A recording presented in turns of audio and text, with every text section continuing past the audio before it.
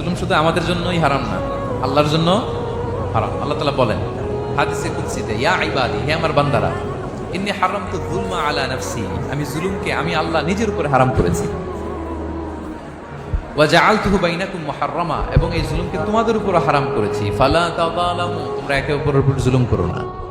জুলুম শুধু আমাদের উপরই হারাম না, আল্লাহ নিজের উপর হারাম করেছেন।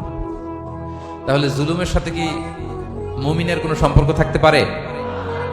পারে না। এবং আল্লাহ তাআলা কখনো কোনো বান্দার উপর জুলুম করেন না।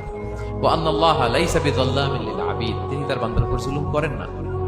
কোনোভাবেই যেন জুলুম না হয়ে যায়, এজন্য আল্লাহ তাআলা কিয়ামতের দিন মাওয়াজিনাল কিসত, ন্যায়ের মানদণ্ড তিনি প্রতিষ্ঠা করবেন, যাতে একটু ভুল না হয়ে যায়, জুলুম না হয়ে যায়।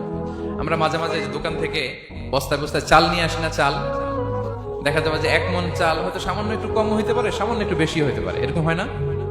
দেখবেন যে দিছে 10 কেজি, বাসায় এসে দেখবেন যে 10 কেজির চেয়ে একটু বেশি, একটু সামান্য বেশি কয়েক গ্রাম, অথবা 10 কেজির চেয়ে সামান্য কয়েক গ্রাম কম, এরকম হয়ে যায় না? মানুষ তো আমরা, কি বলেন?